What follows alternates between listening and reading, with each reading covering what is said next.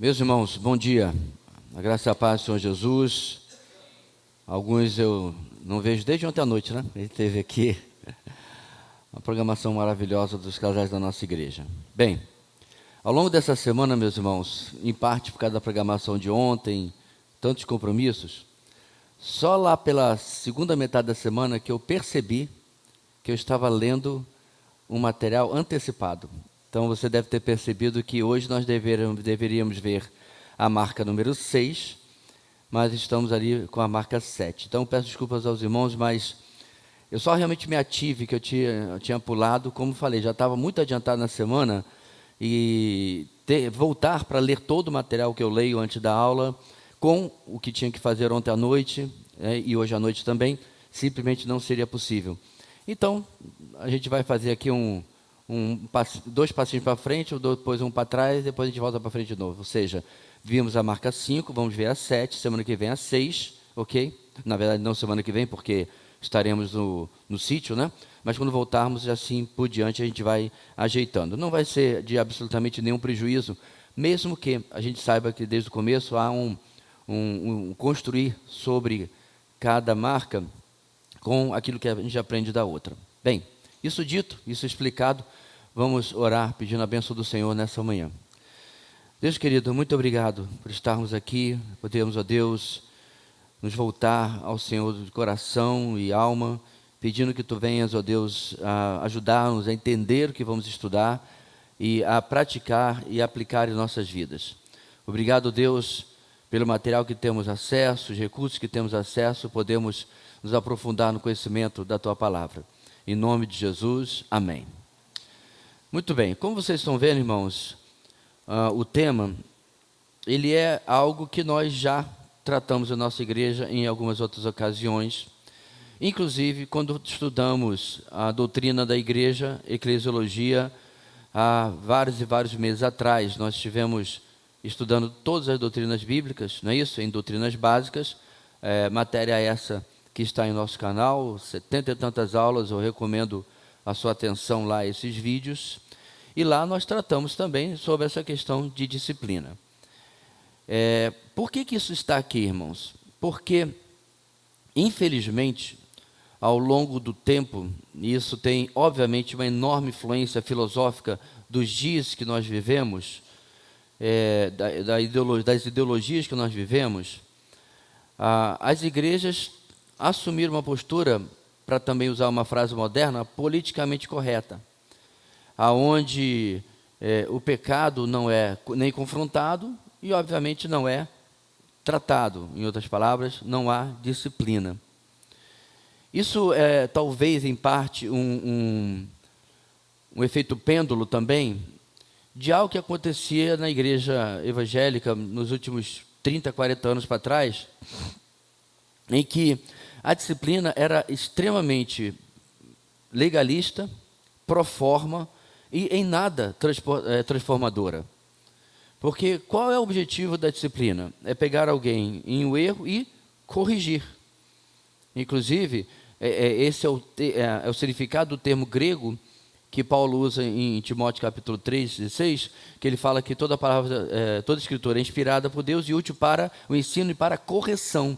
A palavra grega ali é a palavra endireitar ossos.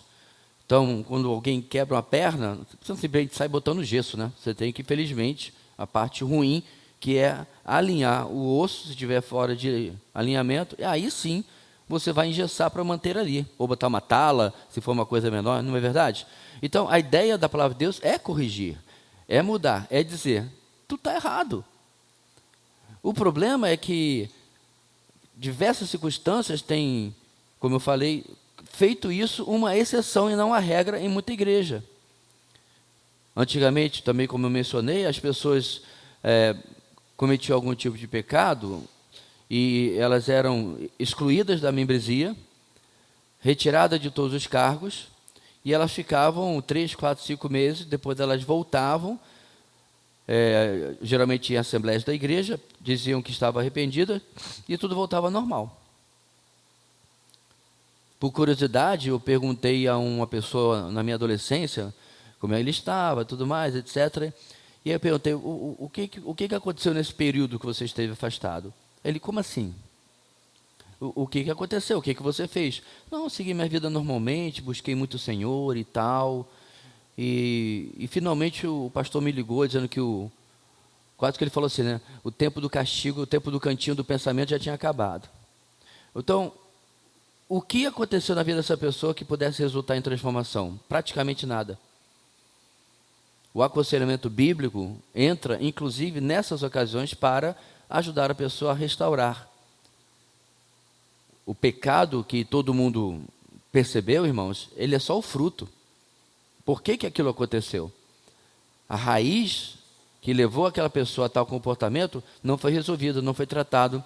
Isso era muito o que acontecia antes. Bem, recentemente também não acontece, porque simplesmente a pessoa vai ficando e ficou. Biblicamente, meus irmãos, nós temos diretrizes claras e disciplina é uma marca de uma igreja saudável. Agora, é algo que a gente gosta de fazer? Que pai gosta de dar palmada em filho? Só um sociopata, psicopata, um cara perturbado. É extremamente, rasga o coração de um pai ter que disciplinar o filho. Porém, a palavra de Deus deixa claro que o pai que não disciplina o seu filho, qual é a palavrinha que Provérbios usa mesmo, irmãos? Odeia o seu filho. O autor de Provérbios deixa claro que isso é o oposto de amor. Não é amor não disciplinar os seus filhos. Na prática, é ódio. Outra tradução diz, abomina os seus filhos. Olha só. E acima de tudo, irmãos, nós temos que lembrar que Deus nos disciplina. É só você ler a carta de Hebreus. Hebreus fala que, de fato, que se eu estou sem disciplina, eu tenho que ficar com as minhas barbas de molho, porque talvez não seja filho. Deus não disciplina o filho do diabo. Deus disciplina os filhos de Deus. E o autor de Hebreus é claro. Se vocês estão recebendo disciplina, sejam gratos, porque Deus está interessado na sua mudança, na sua transformação, na sua santidade. Em uma frase, irmãos, na página 58, está projetado ali, a disciplina corretiva é tudo o que a igreja faz para corrigir o pecado em seus membros, podendo chegar ao ato de excluir da membresia e da comunhão na ceia do Senhor alguém que confessa ser cristão, mas que vive de forma impenitente no pecado. Como eu já narrei para os irmãos algumas vezes, eu levei a vida inteira antes do seminário para entender melhor disciplina. Eu não lembro qual era o ano, se era segundo ou terceiro ano do seminário, eu tive uma matéria com o pastor Edson Naves, que esteve aqui conosco, e a matéria era 1 Coríntios. Quando nós chegamos em 1 Coríntios capítulo 5, o pastor Edson mandou uma pergunta assim: quem deve ser excluído da igreja? As respostas eram bastante completas e complexas e longas, e ele só ouvindo. E aí ele falou assim: alguns passaram perto, até perto, mas a maioria não chegou nem perto da resposta. Aí ele respondeu: o pecador impenitente. 3 palavras: o pecador impenitente. Se você não está bem com o seu português, impenitente significa não arrependido. Penitente vem de penitência, certo? Então, impenitente é o não arrependido. 3 palavras: o pecador impenitente. Biblicamente, este é o único caso, como estaria na nossa frase, que nós devemos até excluir da membresia, quando, depois de passado por um processo, a pessoa simplesmente não se submete, não aceita aquilo que está sendo colocado biblicamente para ele ou para ela, ok? O que é a disciplina eclesiástica? Página 59. A resposta ampla é dizer que se trata de corrigir o pecado na igreja. Livro de Lehman, página 20 e 21. E aí, você gosta de ser disciplinado? De fato, toda disciplina, no momento, não parece ser motivo de alegria. Mas a Bíblia ensina que, se não somos corrigidos pelo Senhor, então não somos seus filhos. Esse é o texto que eu fiz referência. Hebreus 10:12 diz que Deus nos disciplina para o nosso próprio bem. Olha o objetivo: a fim de sermos participantes da sua santidade. Ou seja, a disciplina não é Deus torcendo o rosto para nós. Ela é um convite de Deus para que possamos nos achegar mais perto dele e compartilharmos da sua santidade. Afinal, o Senhor repreende e disciplina aqueles que ele ama. Apocalipse 3, 19. Detalhe, meus irmãos, Apocalipse 3, 19, quem é que está falando aí? Apocalipse 3, 19. Apocalipse 2 e 3 contém o quê? As cartas. De quem? Quem está enviando as cartas? Jesus. Então, quem é que está dizendo que disciplina a quem ama? Jesus. Não, pastor. Jesus é de boas. Disciplina deve ser com Deus lá do Antigo Testamento. Aparentemente, foi ensinado errado. Jesus faz parte da disciplina dos filhos de Deus. E essa disciplina, meus irmãos, como está aí, tem um objetivo claro. Aliás, isso é um parênteses que a gente pode dar aqui, meu irmão, sobre a disciplina com seu filho. Toda semana, praticamente, eu vejo essas cenas no supermercado, na rua, a criança está aprontando e a mãe dá aquela palmada sem vergonha na criança, e a criança sai calada, né? Porque afinal de contas, ardeu. Desculpe, mas resolveu nada. Por quê? Porque a disciplina não tirou a criança do comportamento A para o comportamento B. A disciplina com crianças leva tempo. Quando eu digo tempo, meus irmãos, não estou falando de meses e anos, não. Estou falando de minutos, que às vezes você não está disposto a abrir. Você está assistindo o seu jogo, é final do campeonato. E a criança está aprontando, e está falando, está desrespeitando a sua esposa e tal. E aí você... Aí ela dá aquela olhada para ti como diz, e aí? Mas a gente não ganha o campeonato desde o século passado, quem ouça entenda. Está no final, finalmente e tal. Mute na TV, pega o bacuri pela mão e vai no privado, vários minutos, tem que explicar por que está sendo disciplinado, tem que saber se ele entendeu por que está sendo disciplinado, tem que disciplinar de fato, orar com a criança. Aliás, o pai do Lauro esteve aqui ano passado, deu uma ótima palestra sobre isso. Infelizmente, muitos não atenderam o nosso convite, não foram. E, infelizmente, também não gravamos, né? Mas foi sobre criação de filhos. A psicologia moderna vai dizer, bate não, que vai traumatizar. Aí eu aqui, estou traumatizado. Varinha de goiabeira, cinto, havaiana. Graças a Deus não era havaiana de pau. Depois procura na internet, você vai entender o que eu estou falando. Era de borracha mesmo, né? E não estou traumatizado, eu e meus irmãos hoje cuidamos dos nossos pais. Disciplina, meus irmãos, tem o objetivo de transformação. Quer seja criança, com a gente também. Esse é o objetivo de Deus. Segundo parágrafo. Agora, muitos até podem aceitar a ideia de Deus discipliná-los, mas rejeitam com veemência o plano de Deus, que é usar a igreja para isso. Hebreus 10, 19 a 31 traz um retrato esclarecedor sobre... No começo do texto, o autor nos encoraja a, com ousadia, entrar no santuário pelo sangue de Jesus, pelo novo e vivo caminho. Diante da obra de Cristo na cruz, temos a promessa da glória e precisamos então guardar firme a confissão da esperança. Entretanto, no final do trecho, as cores não são tão vívidas.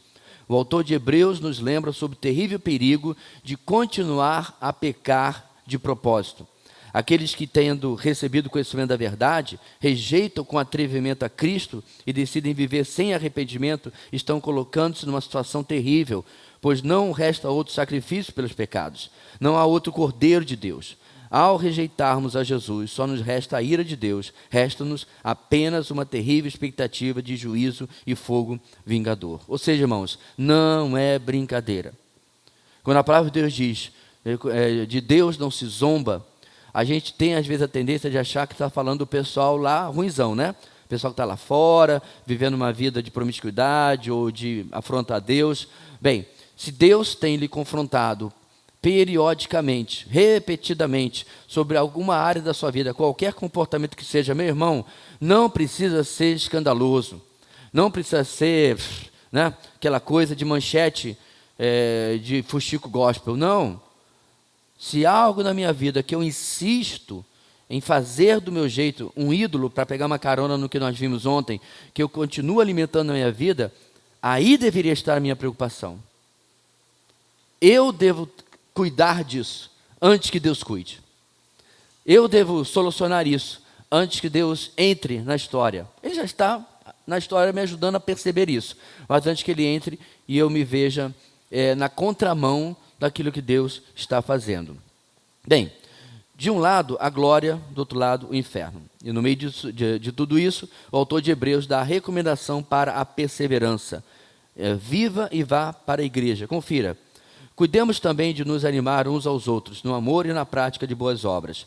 Não deixemos de nos congregar, como é costume de alguns. Pelo contrário, façamos admoestações, ainda mais agora que vocês veem que o dia se aproxima. Meus irmãos, foi, entre aspas, um acidente, essa inversão da marca 6 com a 7, mas eu achei providência de Deus, porque veja como a gente está encaminhando aqui. Outra coisa que a gente vai ver, obviamente, na próxima lição, que tem caído em cada vez mais desuso, é a ideia de membresia, é a ideia de compromisso.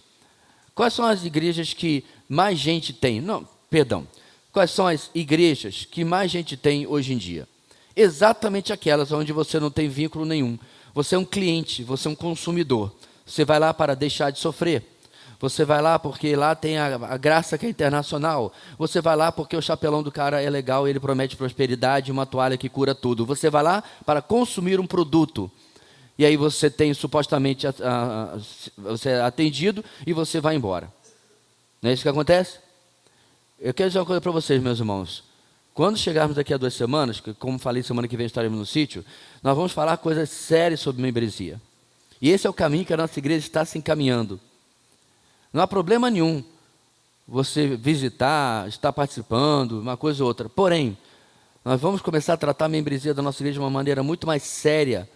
Já temos tratado de maneira séria, mas mais séria ainda. Por quê? Porque nós estamos, de forma contrária à palavra de Deus, alimentando um comportamento que o próprio texto que acabamos de ler repreende. Não deixemos de nos congregar. Em que contexto que ele está falando isso, irmãos? É esse o nosso raciocínio. No contexto de disciplina. E veja o cenário. Você tem a pessoa que é membro da sua igreja. E ele ou ela vive lá fora uma vida como quer, uma vida dupla. Mas o pessoal sabe, de uma maneira ou de outra, avisa uma foto aqui, uma colar, que ele é membro da sua igreja. Mas ele não está envolvido com o corpo, ele não está participando do corpo, ele não está está interagindo com o corpo, e obviamente ele não está submetido à disciplina do corpo. Porque a disciplina, meus irmãos, ela não é só punitiva. Punitiva é a última instância. A disciplina sempre é preventiva. Quando você é chamado para conversar porque alguma coisa está fora do lugar. Você pode ser chamado por um querido irmão do seu grupo de vida, dizer, meu irmão, o que está acontecendo? Ou você pode ser chamado por um presbítero, ou pode ser chamado por mim. O ponto é, meus irmãos, é que nós estamos visitando algo que vai na contramão da individualidade que tem permeado a nossa sociedade. E, infelizmente, tem entrado dentro de nossas igrejas. Nós queremos os bônus que o grupo me oferece, ok? Mas não queremos o ônus. É como o GNU, que quer a proteção da manada diante dos leões na savana, ok? Mas quando tem um ataque, não, cada um por si. Deixa correr, aí passa por um mais doentinho, trupica o cara para o leão pegar, porque diz o ditado que você não tem que correr mais rápido que o leão, né? Só tem que correr mais rápido que o outro GNU. Ou seja, a manada acabou, o grupo acabou. E nós precisamos entender, meus irmãos, o sentido de comunidade. Eu estou antecipando, lembre-se, eu até entendo por que está nessa ordem, mas para nós vermos, irmãos, que a disciplina faz parte dessa noção de comunidade, dessa noção de disciplina. A membresia não é apenas estar lá, mas estar cooperando de maneira ativa e aceitando também aquilo que o corpo coloca sobre mim, quando assim eu sou necessário de ser admoestado, exortado e assim por diante. Mais embaixo, para a Escritura, perseverança na fé é um projeto comunitário. Precisamos estimular e admoestar uns aos outros, vivendo unidos e não deixando de congregar. É aquilo que eu falei, a disciplina não é só corretiva, ela também é preventiva. Então aqui, meus irmãos, vai uma palavra muito séria. Não entre na unção de Caim, ok? Raramente tem essas campanhas, venha aqui experimentar a unção de Caim. Qual é a unção de Caim? Não é meu problema. Cada um com o seu. Isso não existe na igreja cristã, na igreja bíblica. Todo problema do meu irmão é meu problema. Quer seja um problema onde eu posso ajudar com auxílio, quer seja um problema que, infelizmente, eu tenho que ajudar com admoestação. Isso é muito sério, meus irmãos. Nós nos escondemos atrás da falta de afinidade, por exemplo. Aí eu vi o meu irmão pecando lá na feira do produtor. Ele é da mesma igreja, uma mega igreja de 200 pessoas. Mas eu não sei o nome dele.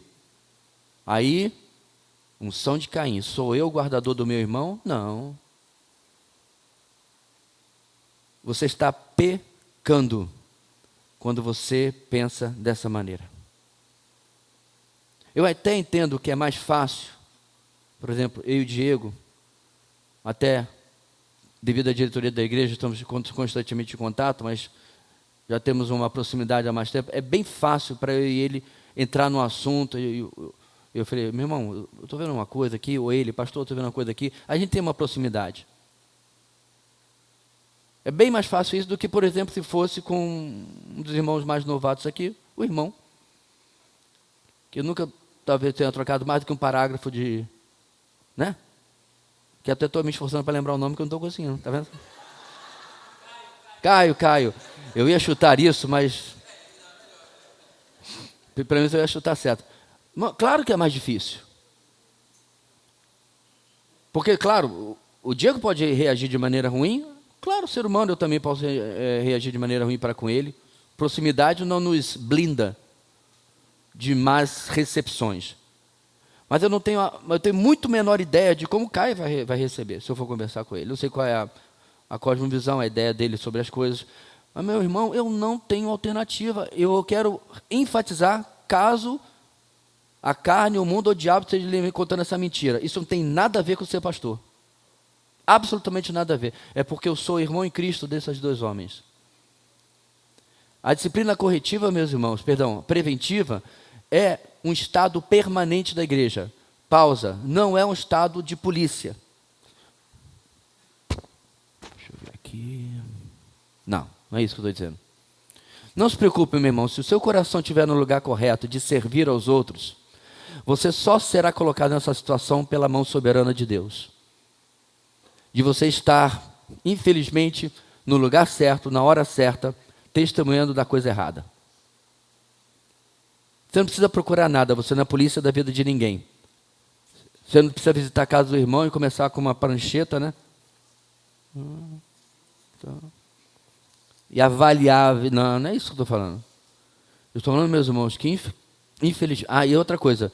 E não se trata de opiniões sobre coisas que são discutíveis.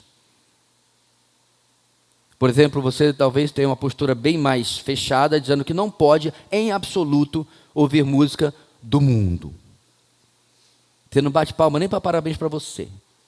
Você é radical. Só de Deus. Amém, meu irmão. Deus te abençoe. Aí você chega na minha casa, me vê ouvindo Josh Groban, Andrea Bocelli e tal. Pastor, preciso falar com o senhor.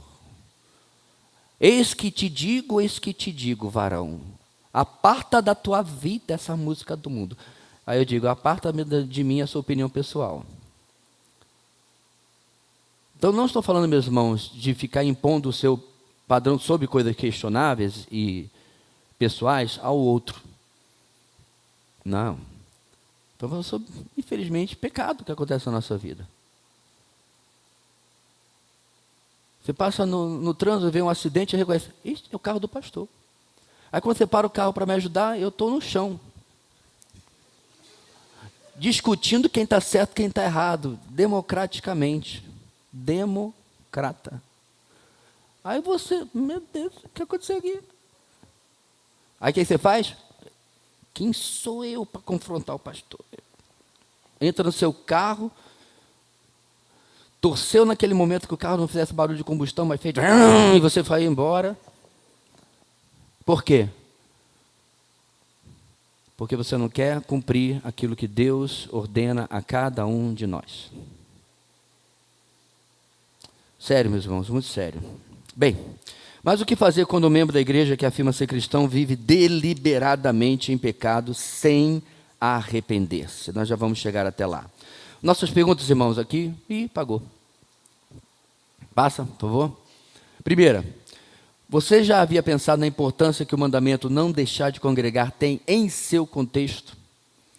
Qual é a importância, irmãos? Manutenção mútua das nossas vidas, pela disciplina preventiva. Constantemente nós estamos sendo bênção na vida uns dos outros. Veja bem, isso nem sempre precisa incluir até confrontação. Só em ver a vida correta de santidade que o meu irmão vive, isso já traz disciplina sobre mim. Isso já traz desejo de mudança. Poxa, eu queria ser como fulano. Eu queria ser tranquilo como Beltrano. Eu queria ser assim, assado. Isso tudo faz parte dessa disciplina que vem pelo congregar. 2. Por que as pessoas deixam de congregar? É possível perseverar na fé sozinho? Quem me daria, irmãos, 1 ou 2 razões? Por que as pessoas deixam de congregar? Oi? Ego. Eu me basto. Eu me amo, não posso mais viver sem mim, é só eu não preciso de ninguém. Eu sei que é difícil admitir isso, meus irmãos, mas se você acha que sozinho em casa você é suficiente para fomentar a sua vida espiritual, é ego. Autossuficiência, como inclusive é a palavra que a gente viu ontem, certo? O que mais, irmãos? Por que as pessoas deixam de congregar? Oi? Mágoa. Essa é uma boa. Eu não congrego porque na igreja lá, tal, eu fui muito maltratado. Sei que lá. Bababá. Aí o cara é grosso com você lá na Smart Fit, você não deixa de ir. Às vezes não troca nem de filial ou de academia, continua na mesma, mesmo sendo mal atendido, maltratado. Interessante, né? Aí você vai lá no Novo Tempo, no Goiânia, no supermercado, e você é tremendamente mal atendido. Você não diz, nunca mais piso em um supermercado. Mas o magoado está e não pode ir para a igreja. Já viu aquele pessoal que na internet dizendo assim, crente é tudo igual. Gente, é a coisa mais, desculpa, idiota que eu já ouvi falar. Na verdade, o jornalista Nelson Gonçalves, ele falava o seguinte, toda unanimidade é burra. A frase dele é engraçada porque ele acabou de fazer uma unanimidade, mas ele está sendo de propósito. Você jamais pode dizer todo mundo, ninguém. É claro, meus irmãos, que há uma enorme possibilidade de eu ser magoado em qualquer grupo, na igreja, no trabalho, na família.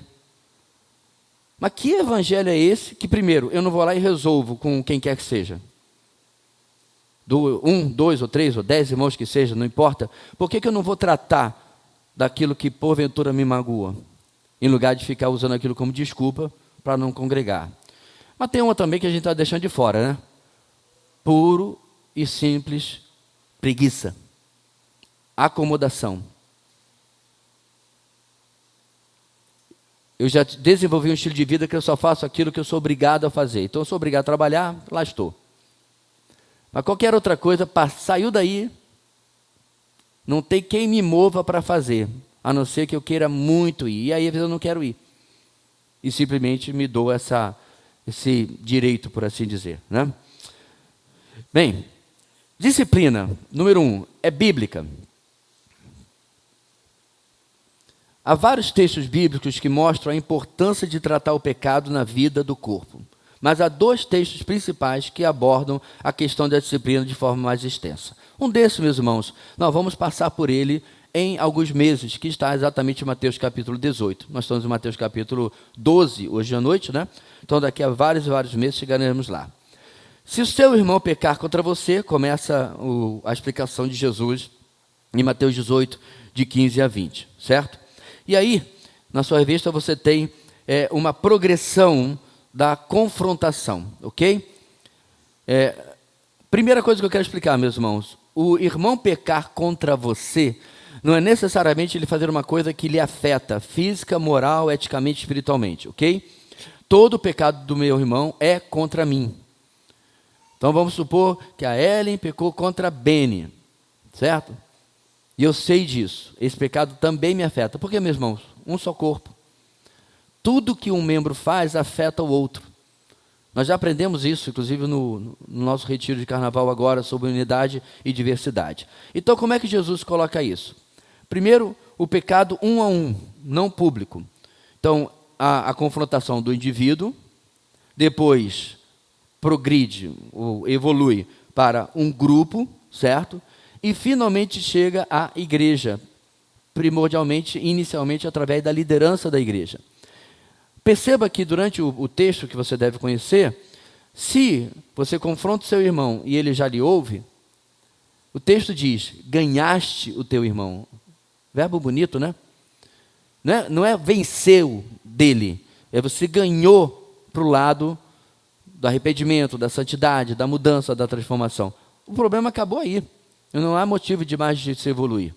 Mas se ele não ouvir, você vai com mais uma testemunha. Por quê, meus irmãos? Porque o passo seguinte é a igreja. E você não pode levar o problema de alguém diante da igreja sem uma segunda testemunha, como é estabelecido lá, inclusive, no Antigo Testamento. Qualquer denúncia precisava ter 2 ou mais testemunhas. Porque acabava o tal do ele disse, ele disse. Porque se um diz que é verde, outro diz que não é verde, cancelou. 1 vezes menos 1 não deu nada, acabou a gente não indo para lugar nenhum. O ponto é que você precisa seguir os passos para concluir aquilo que Jesus fala. E, se porventura não ouvir ainda assim, Jesus usa 2 tipos para mostrar a seriedade com que se deve tratar essa pessoa.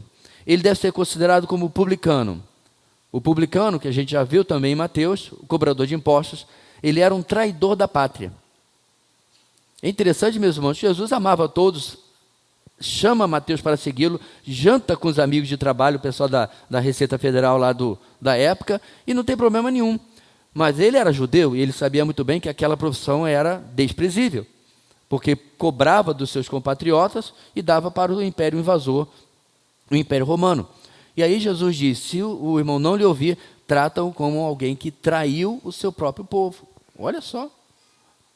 Alguém que está agindo e vivendo de forma contrária ao seu próprio povo. No caso, a igreja. Mas não só isso. Gentil. O que significa isso, irmãos? Como diz o texto aqui. Alguém que está fora da aliança. Perceba, meus irmãos. Os evangelhos, eles são extremamente judaicos. Quem não sabe disso, quem não entende isso, interpreta umas coisas meio fora da caixinha. Então, você está aí, meus irmãos, Jesus, 99% do seu ministério voltado para o povo judeu. Tanto que se cumpre, João capítulo 1, veio para os seus, mas os seus não receberam. Então, dentro do contexto judaico, ele diz, considera esse irmão como um gentio, até se ele for judeu. Significa o quê, meu irmão? Alguém que está fora da aliança da igreja. Alguém que está fora da cobertura da igreja. Mais do que um mero tirar do hall de membros, é uma nova relação com a pessoa, como se ela não fosse convertida. Perceba, meus irmãos, a seriedade da disciplina, a seriedade da exclusão. Não é qualquer coisa. Não é pedir para a secretária, mantenha o hall de membros feito a lápis. Se a gente tiver que apagar, não borra muito, né? Aí tem lá o Sinfrônio da Silva Sauro. Aí ele, né, foi excluído. Aí você, Ellen, apaga o nome do Sinfrônio. Passa 3, 4 meses, a gente não pode mais, viu, Sinfrônio?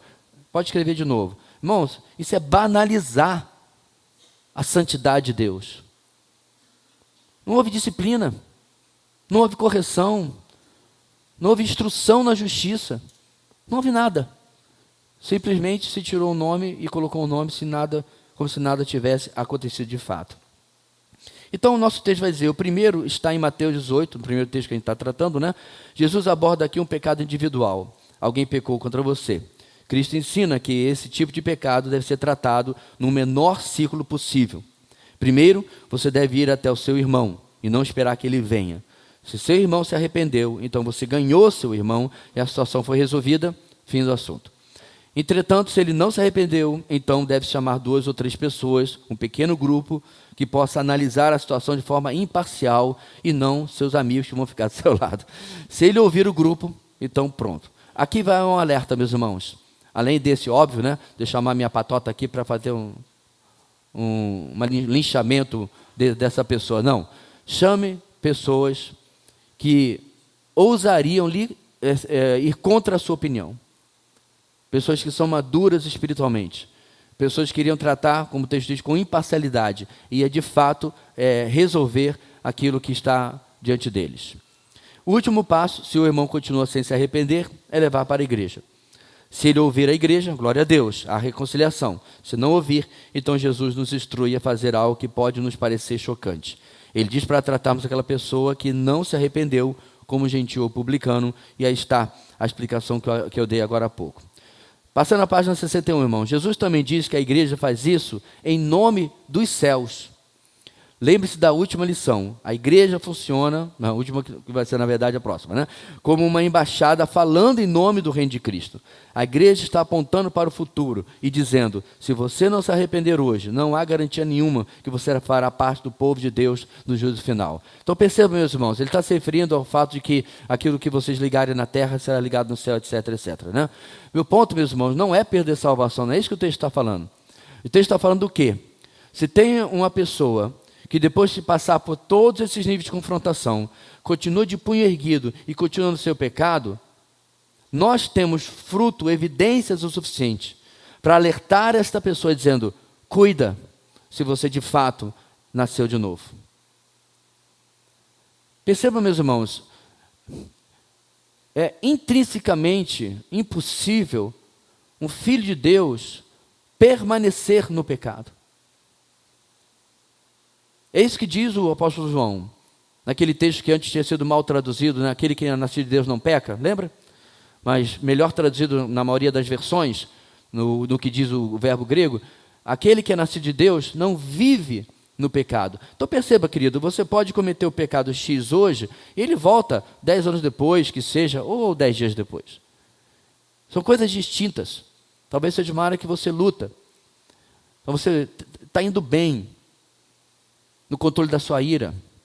Você está indo bem em deixar um desânimo pecaminoso vir sobre você, e você supera aquilo pela graça de Deus, talvez com a ajuda de irmãos, oração de outros. Passado algum tempo, circunstâncias se repetem e aquilo volta. Pode sim ser uma área de contínua luta com você, mas desde a ênfase, contínua luta. Não uma coisa que eu me acomodo, que eu aceito, mas uma coisa que eu não quero em absoluto que aquilo continue na minha vida. Esta é a diferença entre ter nascido de novo e às vezes ter sido apenas convencido, porque foi conveniente participar da igreja, foi legal participar da igreja, né? Ou eu precisava, porque afinal de contas, que alternativa que eu tenho?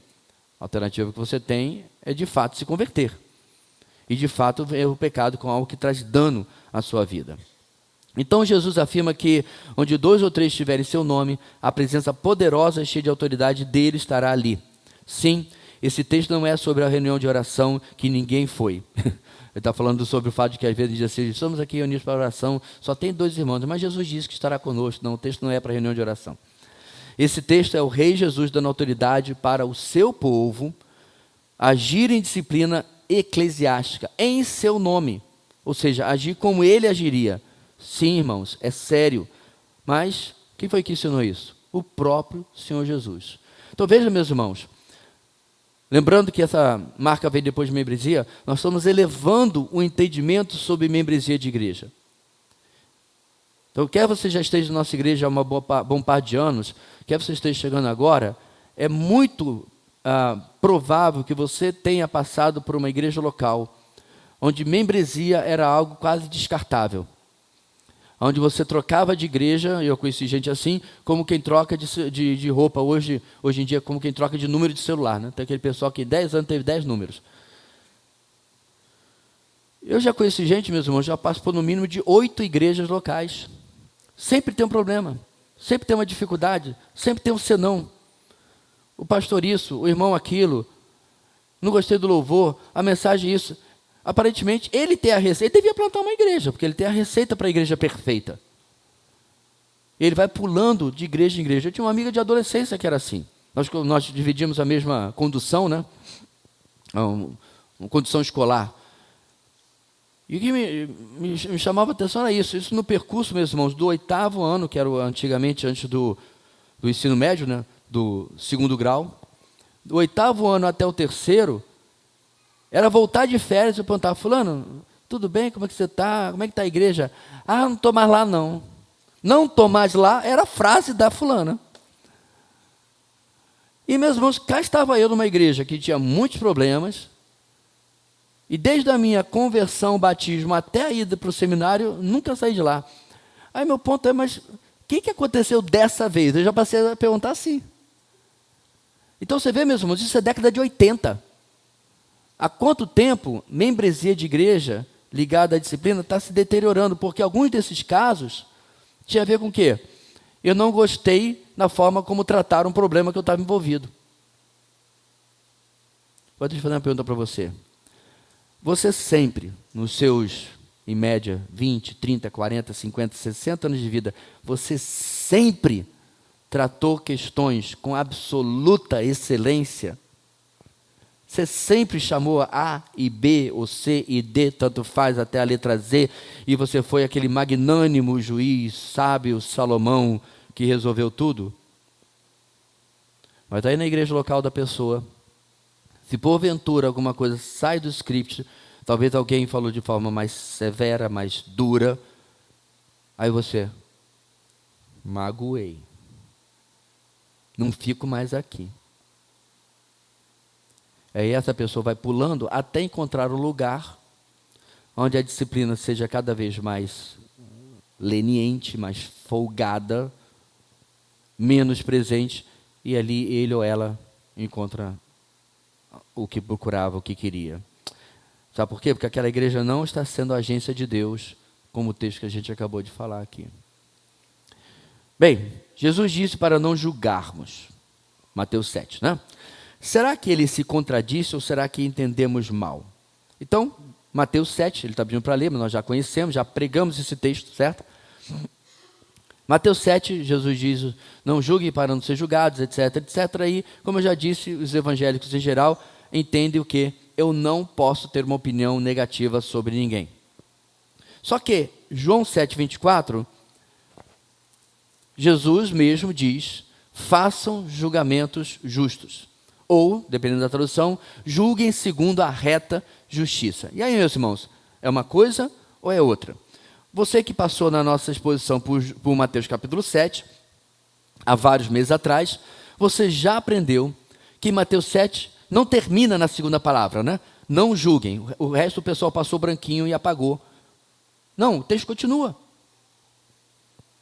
Sobre o que Mateus 7 está falando, meus irmãos? Não julgue sem algumas condições antes. Primeiro, examine a si mesmo. Olhe para si mesmo, para saber se aquele pecado que você está percebendo no irmão não é algo que está presente na sua vida também, e resolva isso. Ok? Essa é a primeira condição. Examine a si mesmo. É o tal da trave no olho. Veja se você não está igual ou pior do que aquele irmão. Essa é a primeira e principal condição. Mas não é só isso. Não julgue sem o desejo de transformar, de ser instrumento de transformação, na vida daquela pessoa. É ir até ela, depois de examinar a si mesmo, em humildade, completar aquilo que Deus começou a mostrar para você. Então veja. Oi? Sim. Porque se o objetivo é restauração, você tem que estar disposto primeiro a ser restaurado. Agora, meus irmãos, o que mais temos, especialmente na nossa sociedade de hoje, e detalhe, até fora da igreja, é o uso dessa frasezinha, não julgar, porque eu não posso ter uma opinião contrária sobre alguém. E eu não falando sobre opinião, sobre gosto, de novo. mas sobre estar fazendo alguma coisa errada. Então, por exemplo, tem um post lá sobre o tal do trisal, já viu? E não é longe, é aqui em Manaus. Trisal, meus irmãos, não é uma dose tripla de sal, não. É um casal com mais uma pessoa. E já querem permitir, não sei se já chegaram nisso, perguntar depois a nossa advogada trisal. Eu falei o quê? Trisal, né? É verdade, botei 2 S's. É trisal. Perguntar à nossa advogada residente se de repente já vai virar lei, né? Daqui a pouco vai registrar em cartório o casamento de 3. Aí no post, várias pessoas dizendo, isso é um absurdo, e não sei o quê, e tal. Aí chegou o pessoal do não julgueis. Não, tem que julgar sim. Porque simplesmente o que eles fizeram? O cabra casou com uma, mas vive com 2. Então a lei não pode fazer nada. Só que tem uma coisa, meu irmão, chamado o espírito da lei. O espírito da lei que proíbe a poligamia não é simplesmente você não pode casar legalmente com outra pessoa, mas você não pode viver maritalmente com mais de uma pessoa. Porque isso dá um imbróglio familiar, sem falar jurídico, imenso. Mas estava todo mundo ali dizendo que eles eram evoluídos, que eles eram amadurecidos. Tentaram fazer um tal de um trisal lá com Abraão e Sara, né? Deu certo não, deu ruim. Deu muito ruim. Porque não é plano de Deus para nós. E aí quando a gente se manifesta de forma contrária a essa, meus irmãos, e todas as outras questões de pecado na internet, você é colocado como alguém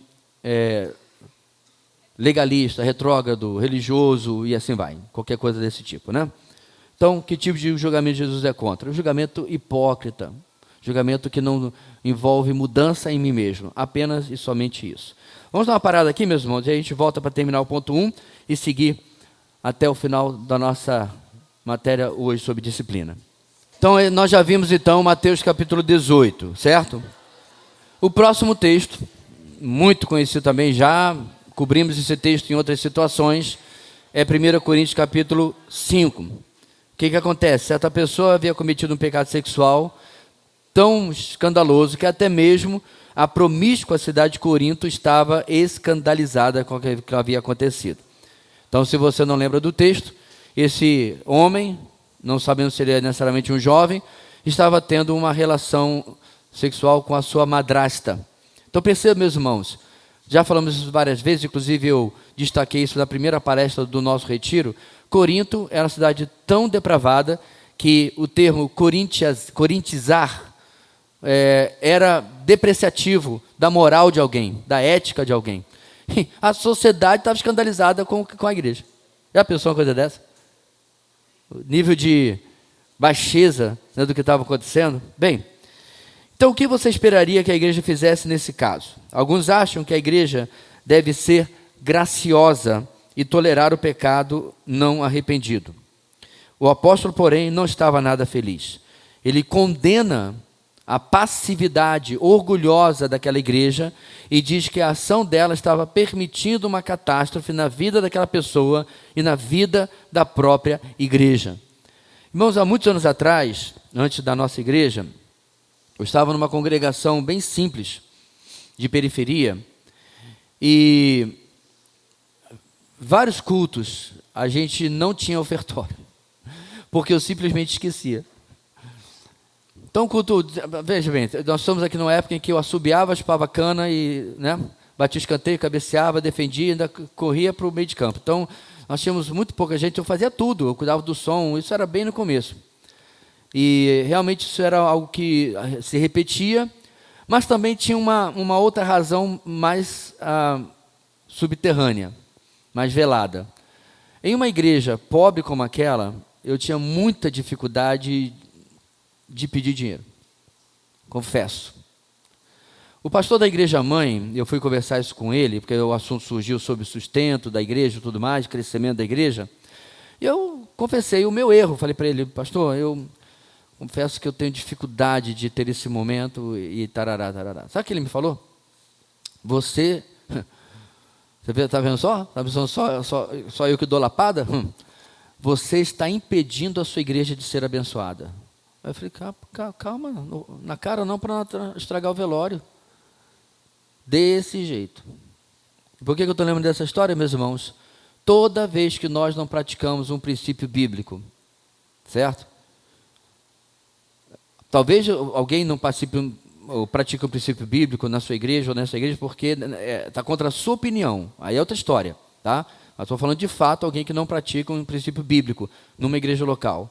Ela está sendo afetada. Que é isso que está falando aqui o nosso parágrafo da página 62. Aquela igreja, ao não praticar a disciplina bíblica, estava toda sendo contaminada. Então deixa eu fazer aqui uma distinção, meus irmãos.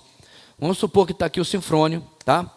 O Sinfrônio tem uma vida dupla que é impressionante. Parece um agente secreto, ele tem um monte de coisa escondida, tá? Ele é adúltero, ele está na lista do Banco Master, ele está envolvido num monte de coisa errada, certo? E nós não temos a mínima ideia. Para nós, o Sinfrônio é um cara bacana, um cara legal. Olha aí, está tudo, nós não sabemos de nada do que aconteceu na vida dele. Então, entendam, irmãos, nós não somos afetados pelo pecado do Sinfrônio. Pecados dele, ok? Talvez quase ninguém sabe dessa vida dupla que ele está. Quem sabe é a amante dele, o pessoal do que ele está trabalhando com um tipo de corrupção. É um ciclo fechadinho. Nós não temos a mínima ideia.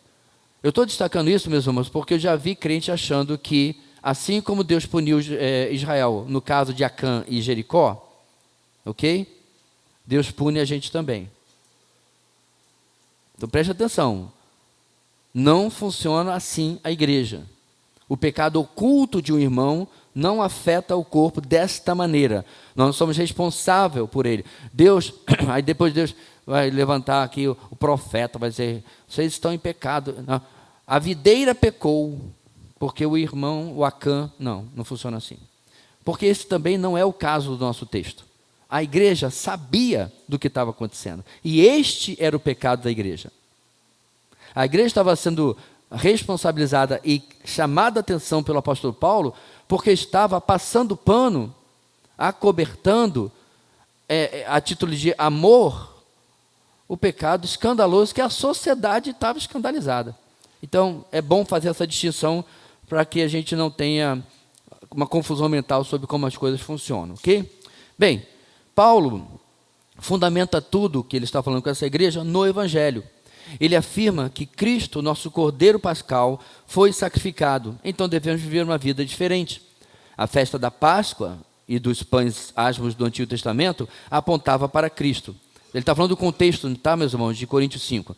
Naquela festa, a oferta pelos pecados era feita, mas o povo não deveria ter fermento em suas casas. E quem tivesse deveria ser eliminado de Israel. Aí estão os textos de Êxodo e Deuteronômio. Paulo diz que nós vivemos a realidade espiritual dessa festa em Cristo. Nossa vida deve ser uma celebração de pureza, não com o fermento do mal e da maldade, mas com os pães asmos da sinceridade e da verdade. Paulo está pegando, meus irmãos, uma figura que o próprio Jesus inventou, criou, certo? Quando ele falou, cuidado com o fermento dos fariseus.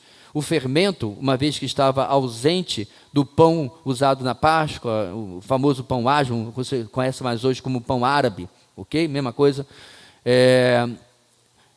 Ele tinha a ideia de que o fermento era corrupção e o trigo puro não podia ser manchado, contaminado pelo fermento. Então veja bem, meus irmãos, não tem problema nenhum você comer pão moderno com fermento, bolo, etc. Tá? Não é isso. Isso é uma figura cerimonial que Paulo importa agora, usando a figura de Jesus, para o pecado deles. O pecado de tolerar o que estava acontecendo com esse jovem era o tal fermento.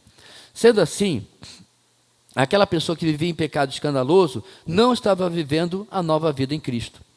Paulo usa os seguintes termos para descrevê-la, para descrever aquela pessoa. Tem um erro aqui, né? Disse irmão, está dentro, mas é impuro, malfeitor. E diz que o ato daquela pessoa foi de imoralidade, ultraje, infâmia, maldade, malícia. Irmãos, Paulo ia ser cancelado hoje em dia. Olha os termos que ele usa. Se a gente tem aqui uma reunião para disciplinar alguém, né? nessas características de um pecador impenitente, já foi confrontado por toda a cadeia de Mateus capítulo 18, tudo já foi tratado, a pessoa não se arrepende. E eu usar esses termos, a semana seguinte eu sou visitado pelo Ministério Público. Está difamando, está ofendendo. Olha aqui. Porque hoje em dia, aquilo que a gente vê claramente nas Escrituras é colocado como algo que não pode ser mais usado. Porque o texto não termina, meus irmãos. Se você lembra bem, mas está aqui no próximo parágrafo, Paulo vai dizer que ele deve ser o quê? Entregue a Satanás. E aí? Quantos likes Paulo ia receber aqui por essa expressão, por esse post? Difícil. Mas eu estou destacando isso, meus irmãos, não para que a gente necessariamente resgate essa ou aquela linguagem, mas para que a gente compreenda o quanto a Bíblia vê com seriedade a questão da disciplina bíblica. Ela é, queridos, um instrumento, uma ferramenta de graça, mas ela também é de verdade, de dureza. Você tratar o pecado, particularmente o pecado não arrependido de um irmão, com complacência, não é verdadeiro amor. Você está causando à pessoa muito mais mal do que bem. E a gente pode pegar um exemplo, meus irmãos, nossos filhos. Enquanto você vai deixando a criança, né? Como é que diz o texto de Provérbios? A criança entregue a si mesmo. É vergonha para os seus pais. Aquela que diz, é assim mesmo. Criança é assim, ela vai, ela apronta mais uma vez, apronta outra. É isso que o texto sobre disciplina, vários deles em Provérbios, vai falar que isso é uma demonstração de ódio e não uma demonstração de amor. E, meus irmãos, a cabeça nossa, com tudo que a gente tem sido alimentado pela sociedade hoje, ela buga, ela entra em conflito, ela trava. Eu estou assistindo esse programa, né? Onde a questão é óbvia. Esse menino de 25 anos, não por coincidência, Gen Z, só vê de emprego em emprego, já foi expulso da faculdade, de empreguinho, aí depois pede para voltar para a casa dos pais, aí encontra o menino dia após dia deitado no sofá assistindo televisão. Aí no programa que eu estou assistindo, eles pedem ajuda ao vizinho, que é terapeuta, para conversar com ele. Mas o ponto, meus irmãos, é que o terapeuta fala o óbvio, não precisa ser formado para isso. Vocês causaram isso, dizendo para os pais. Ele é o produto que vocês criaram. Vocês permitiram ele ir por esse caminho.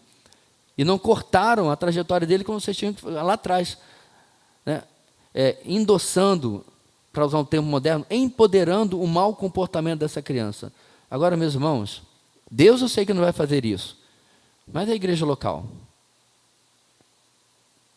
que a gente vai empoderar o comportamento pecaminoso, como a igreja de Corinto estava fazendo, creio que não podemos. Tem um microfone aí, o Adson queria falar, cadê? Tem não? Joga aí na cabeça dele.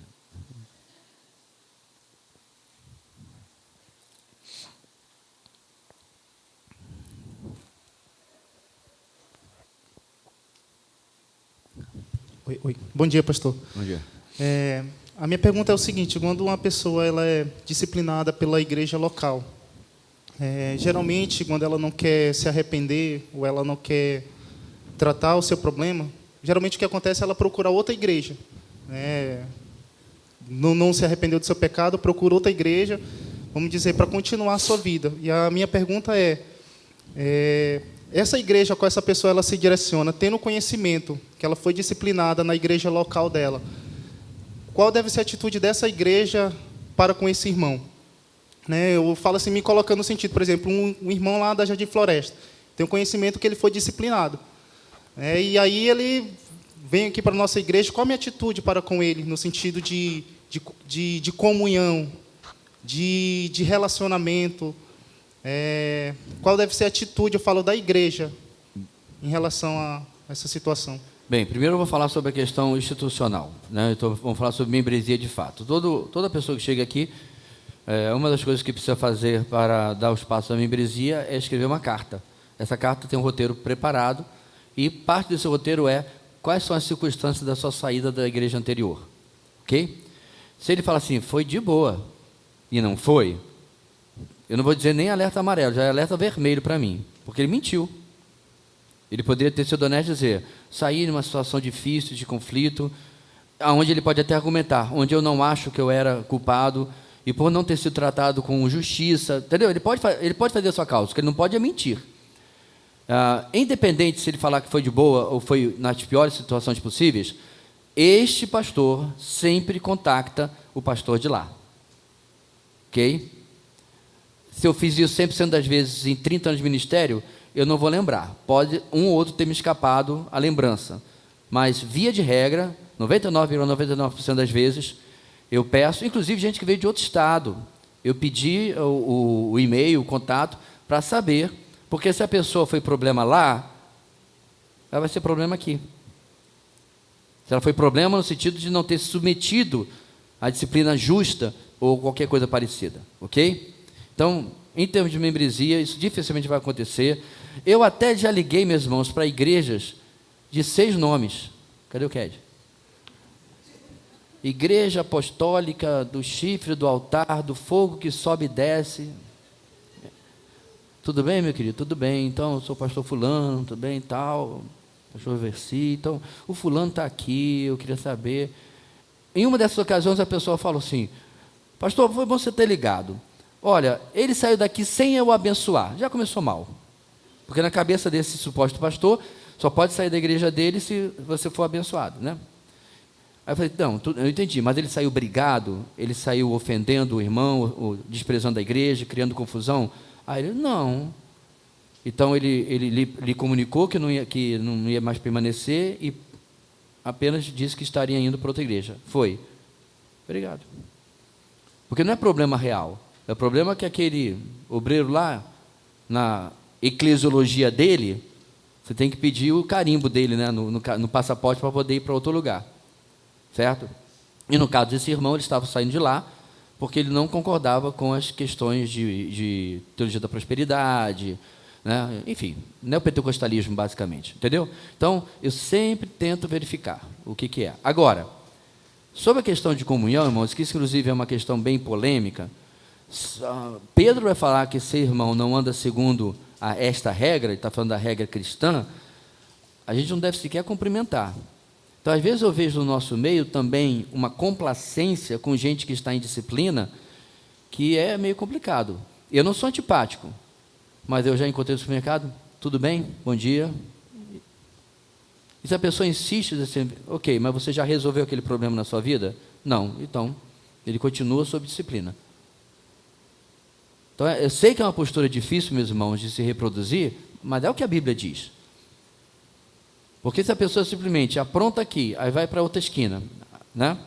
E como se tudo estivesse bem, o que exatamente vai ser transformado na vida dessa pessoa? E principalmente, aonde Cristo está sendo honrado nisso? Então, e perceba, meus irmãos, eu não estou falando de meros desentendimentos. Eu acho que a igreja tem pouco louvor, então eu vou ir embora. Não é isso. Estou falando de gente que de fato foi disciplinada por causa de pecado não arrependido. Pela misericórdia de Deus, meus irmãos, nós já tivemos disciplina na nossa igreja. São 23 anos, mês que vem, né? 10 vezes. Nem sei se chega a isso. Disciplinas. Disciplina de exclusão, nós só tivemos 2 vezes. E foi depois de uma longa caminhada. Né? Não foi um negócio que aprontou hoje e amanhã, não. Meses de tentativa de mudar a mentalidade daquela pessoa. Certo? Uma dessas pessoas, até onde eu sei, nunca mais voltou para o Evangelho. Para mim, pela sua juventude, estava apenas procurando uma razão, uma desculpa para poder sair mesmo. E o outro, até onde eu sei, os colegas entraram em contato comigo, eu contei todo o histórico, falei, é isso aqui. Inclusive, essa outra pessoa, os irmãos provavelmente sabem de que eu estou falando, voltou a esta igreja por orientação do pastor que estava acompanhando para pedir perdão e se consertar diante da congregação. Os irmãos lembram disso? Então, todos os passos estão sendo tomados para que a coisa seja feita de forma bíblica e não apenas de qualquer jeito. O problema é que a forma bíblica, meus irmãos, dá trabalho. É como eu falei, né? ficar dando palmadinha em criança no supermercado, não é assim. A disciplina em todos os seus tipos, infantil ou eclesiástica, dá trabalho. E a maioria dos irmãos, inclusive pastores, não querem isso. Mas, não sei se eu respondi, abri bastante a sua pergunta, mas tem que se tratar com bastante seriedade essa pessoa que chega em disciplina, saber se ela está cumprindo aquilo que aconteceu em outro lugar. Agora saiba, frequentar, né? Meus irmãos, qualquer pessoa pode frequentar uma igreja, pelo menos uma igreja batista. Alguém já perguntou, pastor, homossexual pode ser da sua igreja? Eu falei, isso é uma pergunta muito aberta. O que você quer dizer? Então eu tenho que saber se ele pode participar do culto? Fica à vontade, como já tivemos várias vezes. Não foi exatamente uma drag queen, mas eu sei que a pessoa era homossexual. Sei que a moça era lésbica. E lá, aqui estava, ouviu o evangelho, ouviu a pregação. Ninguém ficou discriminando ninguém, porque isso não existe no meio cristão verdadeiro. Agora, a partir daí, maiores compromissos, vai depender de uma conversão e uma transformação, né, real na vida da pessoa. A minha questão que eu perguntei de relacionamento é tipo assim, eu tive conhecimento da disciplina, da falta de arrependimento, né, daquela pessoa. Tipo assim, naquela igreja, e ele veio para a minha igreja, mas o relacionamento como se só fosse um irmão normal. Então, não pode ser. Essa é a questão, entendeu? A pessoa, ela sabe que aquela pessoa foi disciplinada, mas ela foi acolhida na igreja. A gente está banalizando a disciplina da igreja mãe, da igreja irmã, perdão. E detalhe, isso já aconteceu uma vez, certo? E eu alertei o colega lá, falei, olha só, eu vi não sei o que no Instagram, essa pessoa está em disciplina por ser um pecador sem arrependimento. E repetidas vezes. O que você vai fazer com essa informação? Eu já fiz meu papel. Você está informado sobre isso. Então, fotinho no Instagram, como se estivesse tudo bem, né? Assim, tudo bem mesmo, sabe? Melhores amigos. Bem, comigo não vai acontecer, pelo menos, isso eu sei. Agora, eu não controlo o que as pessoas fazem, né? Então, se a pessoa vem, irmãos, e você tem ciência do que está acontecendo, esse deve ser o seu papel. Agora, eu quero sempre destacar, meus irmãos, ninguém está falando de antipatia, ninguém está falando, né, de... Né, põe uma letra escarlate da pessoa e joga tomate, não é nada dessas coisas. Entenda, meus irmãos, você pode aplicar a verdade e não deixar a graça do outro lado. Abandonar a graça. Você pode ser gracioso com as pessoas, mas também ser justo biblicamente com as pessoas. Este é um irmão que está em disciplina, isso não é pouca coisa. E a disciplina tem um objetivo na vida dessa pessoa. Se ela chega em um lugar e conta o seu pecado e outro lugar aceita, ele vai ser responsável por isso. Eu que não quero ser responsável por ouvir o pecado de alguém, porque já teve gente que chegou em nossa igreja contando uma história, né? E eu ouvindo.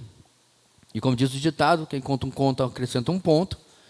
E eu fiz algumas perguntas chaves e eu percebi que a coisa não era bem como estava sendo contada para mim. Aí eu falei assim, meu irmão, olha, obrigado por ter compartilhado, eu não sei exatamente o que você quer que eu faça com essa informação, você acabou de chegar aqui, mas que Deus possa conduzir aí se você vai ficar na nossa igreja ou não, a partir daí, aí já é outra história. Ele percebeu, meus irmãos, que eu ia fazer o quê? Eu ia fazer o CSI, né? Ia fazer a investigação sobre se a coisa era bem assim. Você ficou? Nem ele. Porque ele sabia que eu não ia simplesmente aceitar a narrativa dele e dizer, está tudo ótimo, que bênção ter você aqui conosco. Porque, meus irmãos, não dá, né? Aprenda. A pessoa saiu de lá, batendo porta, em rebeldia, batendo o pé. Você acha que ele não vai fazer aqui? Vai passar um ano, vai passar 10, mas uma hora ele vai entrar em choque com alguma coisa que nós cremos, praticamos, como vivemos aqui, e vai dar trabalho. Porque ele não entendeu, meus irmãos, uma regra simples que a minha sogra, a sábia do norte, me ensinou. Na terra de sapo, de cócoras com ele. Você quer vir para esta igreja e trazer o seu jeito, a sua maneira, como você estava acostumado a fazer? Aí não. Porque o contrário também vale. Se você vai congregar em outra igreja, saindo daqui, meu irmão, você não pode fazer de lá um clone, sei lá, como né, da comunidade Batista Videira. Não tem como. Aqui é aqui. Lá é lá. Esse negócio assim, então, a igreja de onde eu vim fazia... Não, isso não dá certo. Tem que entender que cada igreja local tem a sua cultura, tem a sua visão, se você quiser usar a expressão, e inclusive tem as suas convicções, princípios bíblicos que regem aquilo que faz ou deixa de fazer. Então, quando a pessoa chega já, né, cheia de historinha, a gente tem que ter muita cautela. Inclusive, a gente vai falar disso mais daqui a 2 semanas em membresia. Eita, vamos lá? Deixa eu ver o que a gente pode aqui... Bem, então, meus irmãos, como nós já vimos, e vamos pular aqui esse parágrafo, Paulo é muito claro que aquela pessoa tinha que ser tirada de lá, né? Podemos não gostar da ideia, mas a ideia é bíblica, ok? Até quando essa pessoa tem que ser removida? Até que se arrependa, até que demonstre arrependimento, tá? Então, tem aqui no nosso discuta rapidinho as perguntas. Essas ações parecem pesadas, mas há 3 questões em jogo. Procure 1 Coríntios 5, quais seriam as consequências de não se tratar aquele pecado para a vida daquela pessoa, ou seja, continuaria em pecado, consequência. A vida da igreja seria conivente e estaria em pecado também. E, finalmente, o nome de Jesus seria o quê? Vilipendiado, é o que diz a tradução antiga, né? Desonrado no meio dos incrédulos. Irmãos, muita gente já usou desculpa de comportamento de crentes e de igrejas para não congregar. Aliás, este é um problema, infelizmente, onde está a nossa congregação. Você sabia disso? Por aquilo que aconteceu nos últimos 10, 15, 20 anos naquela igreja, muita gente naquele bairro usa como desculpa esfarrapadíssima, tá bom? Para não ir, para não visitar, para não aceitar estudo bíblico. Inclusive, eu já expliquei quando fazemos visita de porta em porta, está sob nova direção. Todo mundo que está lá na direção não tem nada a ver com o passado. Eu nunca deixei de tocar nesse assunto quando fazia a minha visita. Nem assim, porque é desculpa. É uma mera desculpa. Algo que aconteceu, onde lá tem os irmãos que não tinham nada a ver com o que aconteceu, né? Tem a ver com 10, 20, 30 anos atrás, ou com uma pessoa que liderava, que nem no Estado mais está. Mas ainda assim, o incrédulo, irmãos, ele quer uma desculpinha. Eu estava decidido a ir para aquela igreja videira, mas eu entrei e ninguém me cumprimentou. Não volto mais. Conversa fiada. Arranjou uma desculpa para não congregar, né? Acalmou sua consciência e agora está cheio da sua razão. Ok? O nome de Jesus é envergonhado muitas vezes e muitas vezes é usado como desculpa. Número 2, gente, o que é disciplina? De forma ampla, disciplina eclesiástica é tudo que a igreja faz para corrigir o pecado em sua vida. Pregação, discipulado, aconselhamento, etc. Contudo, de forma mais específica, a disciplina eclesiástica formal é o caminho adequado quando a falha de um membro em sua representação de Jesus se torna tão marcante e habitual que a igreja deixa de acreditar que ele é cristão. A igreja deve, então, revogar sua confirmação de profissão de fé dessa pessoa, é o que diz Lehman. Então, o que nós estamos falando aqui, meus irmãos? No nosso dia a dia, vão haver pequenas disciplinas que acontecem. É uma conversa que você chama o irmão do lado, algo para confrontar algo que aconteceu na vida dele ou dela. Isso é o normal, acontece às vezes em situações, ok? Eu já chamei o irmão certa vez, porque eu percebi descontrole financeiro na sua vida, pedi 1 milhão de licenças para meter minha colher, onde não era chamado. O irmão agradeceu, falou assim, pastor, realmente está assim, eu realmente tomei passos que eu não deveria. Falei, mas meu irmão, não é o fim do mundo, bora conversar aqui, bora se ajeitar, entendeu? Você pode ter essas pequenas coisas, mas tem situações graves, onde inclusive a pessoa não concorda que está em pecado mesmo, estando, não se submete, não se arrepende, infelizmente chega até a disciplina cirúrgica que a gente fala, ok? Como vimos no estudo sobre conversão, o básico da vida cristã é arrependimento e fé. O cristão peca, ele não é perfeito, todos na igreja pecam. A questão é se a pessoa está se arrependendo do seu pecado, lutando contra ele e colocando sua confiança em Jesus. Se ela não está, se vive de forma marcante e habitual no pecado, então a igreja não tem mais como afirmar que aquela pessoa é cristã. A igreja, como uma embaixada, deve revogar aquela afirmação de cidadania. Isso significa retirar tal pessoa da membresia e da comunhão da ceia, o que é chamado de excomunhão. Lembre-se de que a ceia tem aspecto corporativo. Quando tomamos a ceia, tomamos como corpo. Se a pessoa não faz parte do corpo, não deve fazer parte da ceia. Contudo, é bom ressaltar que a disciplina não deve ser uma opressão apressada ou capricho da liderança. O ambiente da igreja não deve ser de legalismo policial, em que pessoas inventam pecados para expulsar os outros. A excomunhão não deve ser entendida como enviar a pessoa para o inferno. O juízo final pertence a Deus. Nosso trabalho hoje é de proclamação.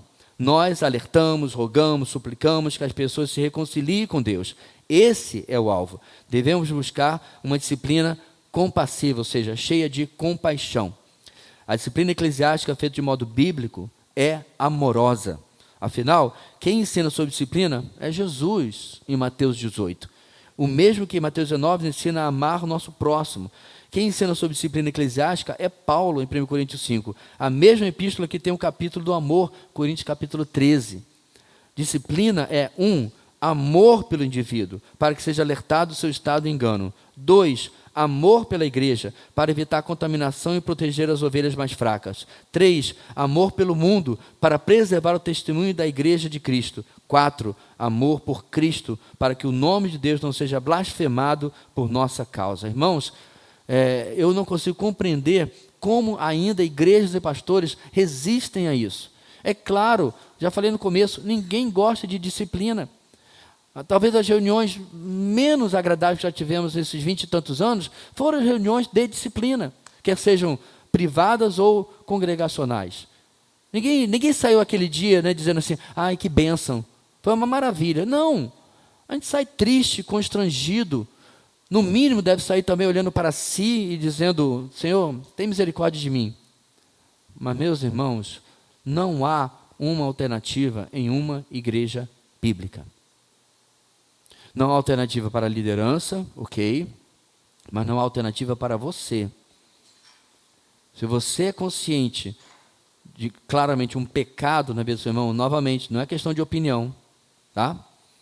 Um pecado na vida do seu irmão, você deve ser instrumento de Deus para aconselhá-lo, exortá-lo, repreendê-lo, corrigi-lo, segundo a justa justiça. Bem, aí vem a pergunta, será que amamos mais que Deus? Possível, né? Somos mais misericordiosos que Deus? Somos mais sábios que Deus? Então, o autor coloca isso, irmãos, por uma questão simples. Se disciplina está nas Escrituras, por que igrejas locais resistem em praticá-la? Nós estamos dizendo, no fundo o quê? Eu sei mais que Deus. Não é? Deus colocou, mas Deus colocou isso 2000 anos atrás, os tempos mudaram. Opa, terreno perigoso. A eclesiologia bíblica, irmãos, serviu para o 1º século e serve para o 21º século e vai servir para sempre. Ok? Bem, se todos pecamos, então não deveríamos praticar disciplina eclesiástica? Primeira pergunta ali do nosso discuta. Claro que isso não tem nada a ver, né? O pecado individual nosso que nós lutamos não tem nada a ver com deixar de disciplinar alguém. Qual seria melhor? Deixar a pessoa vivendo enganada no pecado para descobrir no juízo final que ela nunca fez parte do povo de Deus, ou avisá-la insistentemente, mesmo que isso envolva o último passo de expulsá-la da membresia da igreja? Então, o que ele está se referindo na segunda pergunta, irmãos? Será que eu devo simplesmente não fazer nada e talvez aquela pessoa, de fato, nunca foi cristã e está se iludindo no meio do corpo de Cristo, no meio da igreja do Senhor? Porque a disciplina vai revelar, inclusive, a verdadeira condição espiritual da pessoa que está sendo disciplinada, pela submissão, pela transformação daquela pessoa. 3, irmãos, implicações para a vida. Diga, agora sim, tem um microfone aí? Rapidinho, por favor. Pastor,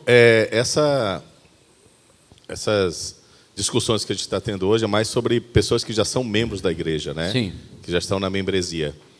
E aquele que se tornou cristão e ainda não é membro, como ter esse olhar de que essa pessoa que não é membro, que quer se tornar membro, ou que quer tornar parte da igreja, está em disciplina? Bem, ela não pode ser disciplinada pela igreja, porque ela não é membro daquela igreja local, certo? De novo, é um pouquinho ruim que a gente trocou, né? Deveria ser membresia. A gente vai reforçar, meus irmãos, que membresia de igreja não é apenas um nome numa lista, tá? Eu não estou dizendo que vocês acreditam nisso, mas a gente quer reforçar isso para mostrar que há sim um vínculo com a igreja local. Você nota isso no Novo Testamento. Os irmãos não eram de qualquer igreja. Recebemos os da casa de Chloe, eu falo para os coríntios, eles eram da igreja de Corinto. Havia uma submissão àquela liderança local, um pertencimento àquela igreja local, ok? Mas, se você conhece um irmão em Cristo, que está em pecado, e, por exemplo, ele é de outra igreja, ok? Isso não muda absolutamente nada no seu papel como cristão. Vamos supor que seja o irmão do seu trabalho, né? E você sabe o que está acontecendo.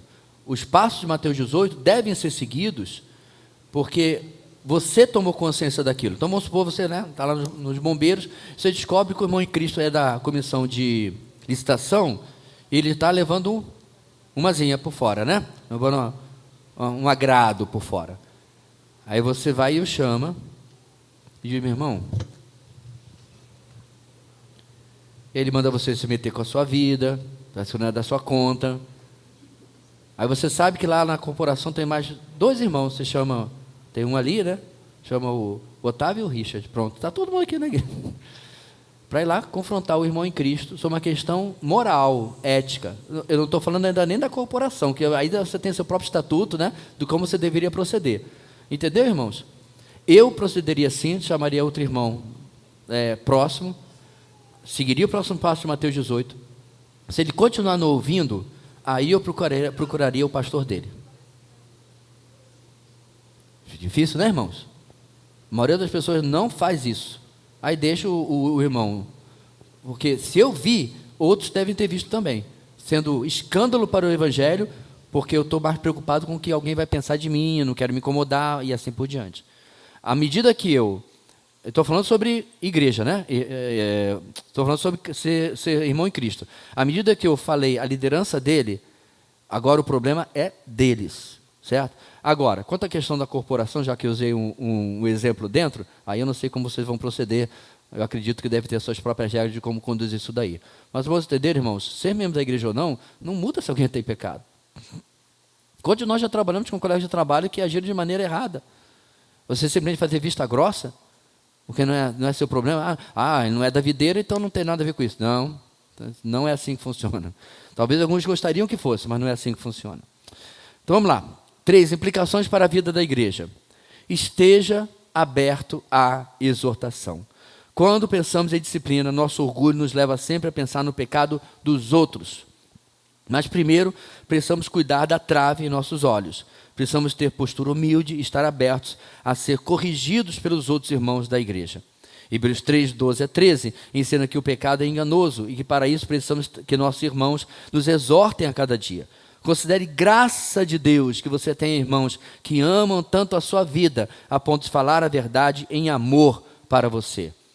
Meu irmão, não é verdadeiro amigo aquele que passa pano para os seus pecados. E repito, seus pecados, ok? Pastor, queria falar com o senhor, por quê? Eu acho que não é correto o senhor fazer a EBD sem estar de roupa de pastor, né? Devia estar de calça de tergal, certo? Presença não pode ser de marca, camisa comprada no barracão da gente, tal. Roupa de pastor, raiz assim, né? Camisa quadriculada com a gravata listrada. Aí eu digo, obrigado pela sua opinião, meu irmão, guarde a sua falta de senso de moda para si. Certo? Porque essas são questões, meus irmãos, onde, infelizmente, o pessoal gosta de se meter na vida uns dos outros. Muitos anos atrás, eu comprei roda para o meu carro. Era um Santana, veio com a roda de ferro, né? Eu comprei uma roda esportiva, da própria marca, Volkswagen e tal. O irmão veio me confrontar, porque eu comprei roda para o meu carro, em vez de botar forro na minha casa. Ele só não ouviu um meta-se com a sua vida porque eu estava num dia bom. E o pior, ele está todo errado. Porque eu tinha colocado forro na minha casa antes de ter comprado a roda. Ainda estava errado nos seus fatos. Mas a mania de se meter em coisa de opinião. Sabe? Olha, estou preocupado com esse teu cabelo, Guilherme, porque logo, logo já vai virar um coque aí e tal.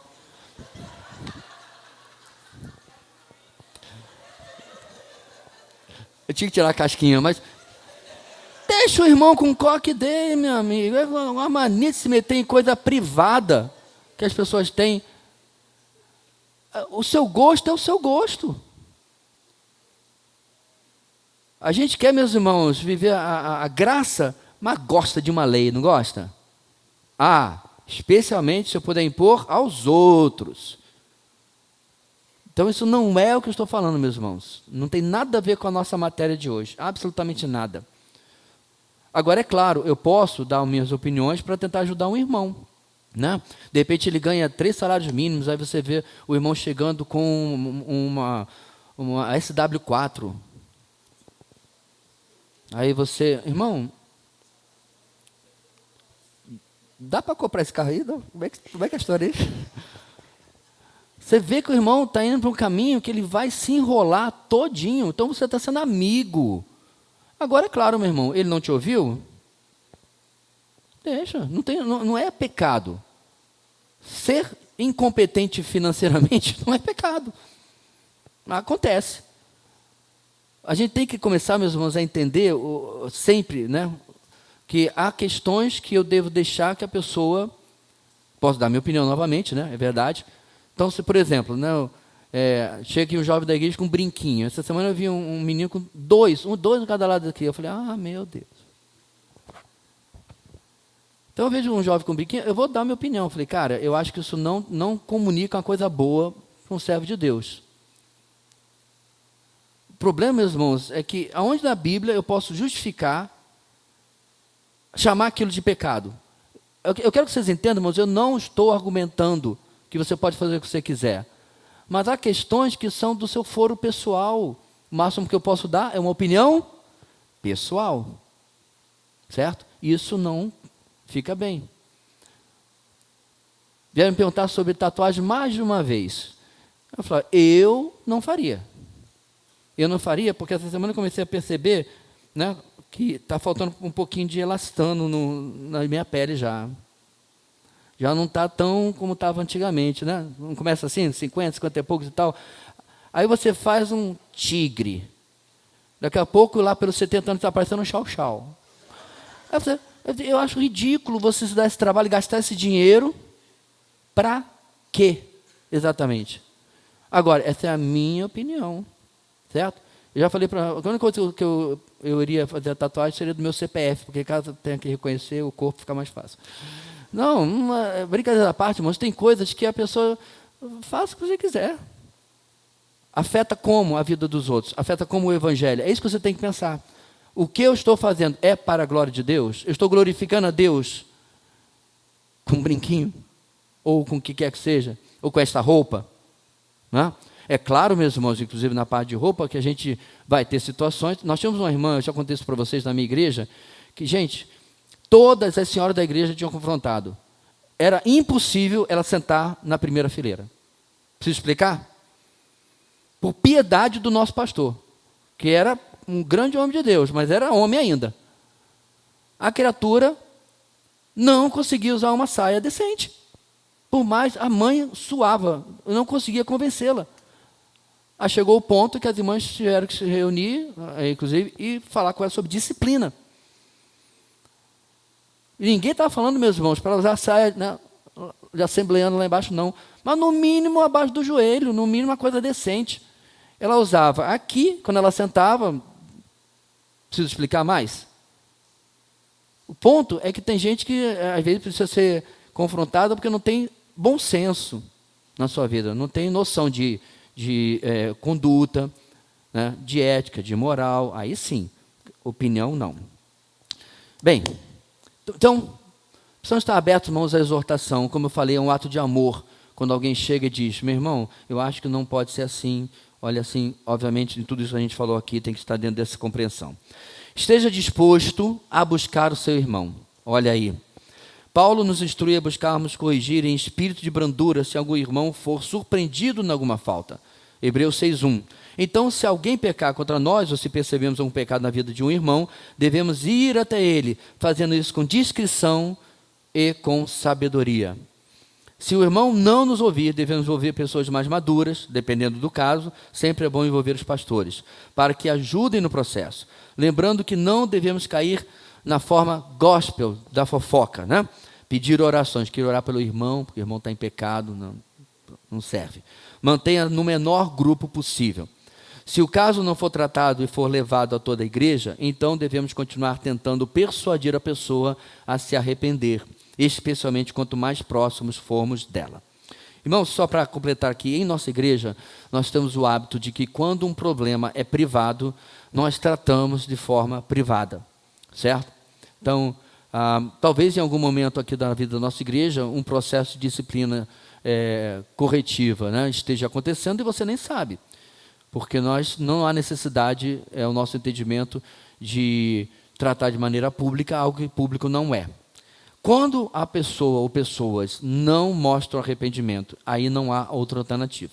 Isso tem que ser tratado diante da igreja, porque isso vai finalmente terminar, ou provavelmente, né, terminar em uma questão de exclusão. Então, para que simplesmente a gente não comunique, o Sinfrone foi excluído, mas por quê? Então a gente reúne a igreja e explica o que aconteceu, como que chegamos até esse ponto, né? Esse infeliz estágio. Bem, se a excomunhão ou exclusão acontecer, não devemos nos voltar contra a decisão da igreja, a menos que seja extremamente claro que a igreja errou. E mesmo nesses casos, devemos buscar conversar com os pastores primeiro. Nosso relacionamento com a pessoa disciplinada deve mudar. Aí, Adson. Se ela continua afirmando ser cristã, mas vivendo em pecado, não devemos ter uma relação casual com ela, como se estivesse tudo bem. Devemos tratá-la como um campo missionário. Se a pessoa faz parte da nossa família, devemos continuar cumprindo nossos deveres familiares, mas exortando quando oportuno para que ela se arrependa. É muito difícil, eu entendo, irmãos, isso aí, porque a gente é brasileiro, né? E a gente é acolhedor, a gente é isso, a gente é aquilo. Mas lembre-se, quando nós não seguimos o princípio bíblico, nós declaramos que sabemos mais que Deus, que amamos mais que Deus, isso simplesmente não é verdade. Deus coloca essas situações, irmãos, para levar aquela pessoa ao arrependimento. E eu posso garantir a vocês, funciona. Não sei quantas vezes eu já vi a pessoa entendendo que aquilo não era um capricho do pastor, um capricho da liderança da igreja, né? Ou que apenas alguns da igreja concordavam, mas que a igreja estava unânime na opinião de que havia um pecado que precisava ser tratado e que o relacionamento não podia continuar como era antes. Aquela pessoa entendeu o peso daquilo que havia acontecido. Um caso em particular, eu me lembro que, inclusive, ela tentou fazer aquilo de ir para outra igreja e dar sequência da vida como se nada tivesse acontecido, e o pastor, sabendo o que havia acontecido, porque a cidade era pequena, conduziu a mesma situação. Falei, meu irmão, o irmão é amado, mas o irmão precisa se arrepender e voltar em sua igreja original para consertar a sua vida. Se o irmão vai ficar lá ou vai vir congregar conosco, não é o ponto aqui, é outra questão, mas precisa ir lá consertar. Então veja, irmãos, e por mais difícil que esse processo seja, é o processo bíblico para que as nossas vidas sejam sempre cuidadas no meio da igreja local. Bem, e aí perguntas óbvias, né? Você está disposto a ser corrigido? Você está disposto a corrigir outros irmãos? E aí, queridos? Acredita, amados, não é fácil, nenhum dos dois. Eu já tive gente naquele estilo, né, na cara não, porque estraga o velório. E é interessante, a nossa, talvez, primeira reação seja ruim.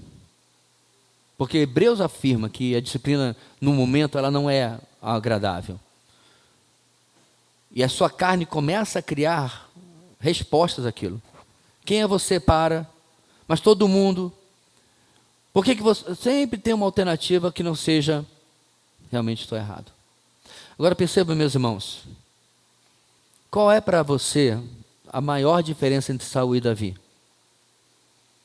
Tinha diferença física, Saul foi chamado, né, sendo provavelmente o homem mais bonito que tinha lá, o mais alto e tal. Davi foi chamado sendo um garoto. Mas essa não é a maior diferença entre eles. Saul era uma pessoa importante na sua família.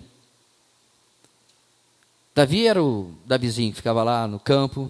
Não é essa a diferença mais importante. A diferença mais importante você vê quando os dois são confrontados. Samuel confronta Saul e Saul cria desculpas. Saul rejeita a repreensão e insiste de que Samuel haja como se nada tivesse acontecido. Davi, quando confrontado por Natã,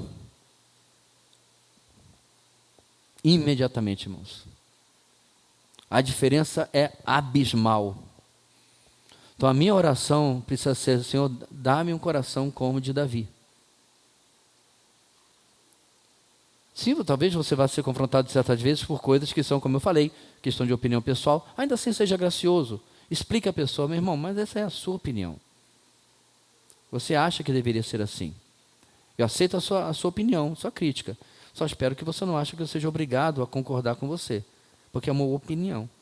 Agora, se ele porventura vem me confrontar: pastor, eu vi o senhor no chão, nos murros com a pessoa lá. Que eu não tenha, meus irmãos, um coração que comece a dizer: mas você não sabe o que ele chamou a minha mãe. O que tem a ver uma coisa com a outra? Ou você não sabe o prejuízo que ele me deu, ou você não sabe. Não. Realmente a pessoa não sabe de nada, mas ela sabe que um crente no Senhor Jesus estava dando um péssimo testemunho, indo às vias de fato, no meio da rua, com um completo estranho. Então não é opinião, irmãos. É claramente um comportamento vexatório que precisa ser confrontado. Que eu tenha o coração de dizer: Deus já tem me perturbado sobre isso, me falado sobre isso, mas obrigado, irmão, ter vindo, eu preciso de ajuda. Tem alguma coisa dentro de mim que não aguenta, não leva desaforo para casa. Olha só, não tem esse ditado, né? Alguns pais ensinaram seus filhos assim: não leve desaforo para casa. Então, tem algo às vezes em nós, irmãos, que essas evidências que as pessoas vão confrontar são apenas fruto externo de algo mais profundo que precisa ser tratado no nosso coração. Tema de ontem: um ídolo dentro do nosso coração. Disciplina bíblica é um assunto difícil, mas ela é bíblica e amorosa. É uma implicação do Evangelho e promove a saúde da igreja. Ela ilumina e aperfeiçoa o testemunho da igreja perante as nações. Alerta os pecadores sobre um julgamento ainda maior que está por vir. E, o mais importante, protege o nome e a reputação de Jesus Cristo na terra. Livro do Lehman, página 24. Meus irmãos, eu quero terminar voltando à segunda pergunta da última parte. E aí? Eu amo o suficiente os meus irmãos para ser um instrumento de confrontação na vida deles, quando realmente pecado existir? Eu preciso, meus irmãos, resolver isso. Porque esse é o tipo de coisa que eu resolvo agora para estar preparado se porventura acontecer. Porque a minha primeira reação, talvez a iniciativa, seria não querer fazer aquilo. Então, algo que eu posso, inclusive, aproveitar a matéria de hoje para decidir: Senhor, eu reconheço que a minha tendência seria evitar a confrontação, achar que isso é problema de outro, achar que isso é problema da liderança da igreja, mas não fazer. Eu reconheço isso. Eu reconheço que a minha tendência seria ir lá com o pastor para falar do problema que eu testemunhei, em lugar de fazer aquilo que a palavra de Deus me fala. Então, se você reconhece essas coisas, meu irmão, arrependa-se.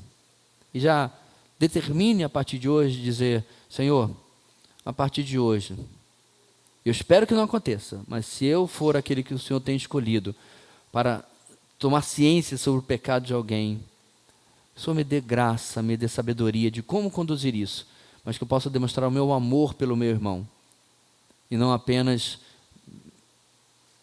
me remover da equação pela minha própria vontade. Que Deus nos ajude, meus irmãos.